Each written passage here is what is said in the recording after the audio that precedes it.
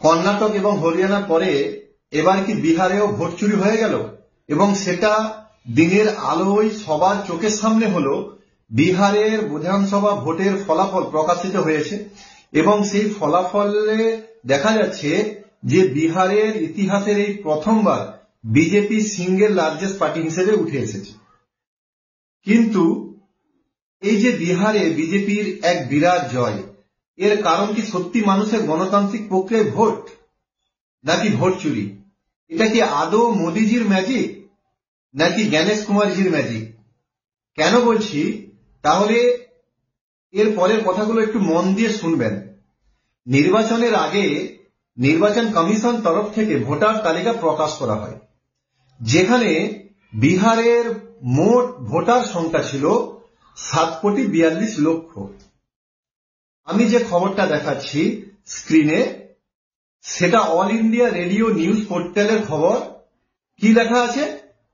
Election commission release final voter list with 7.42 CR men from Bihar assembly election. মানে বিহারের বিধানসভা নির্বাচনের জন্য 7,42,00,000 ভোটার নামে চূড়ান্ত ভোটার তালিকা প্রকাশ করা হলো। কে প্রকাশ করেছে? নির্বাচন কমিশন। প্রকাশের তারিখ হচ্ছে 30 সেপ্টেম্বর 2025 রাত্রি 9:05।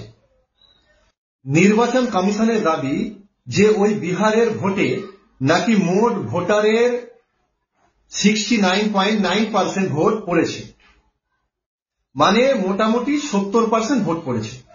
তাহলে 7,42,00,000 মোট ভোটার থেকে 70% যদি ভোট পড়ে কতটা হচ্ছে?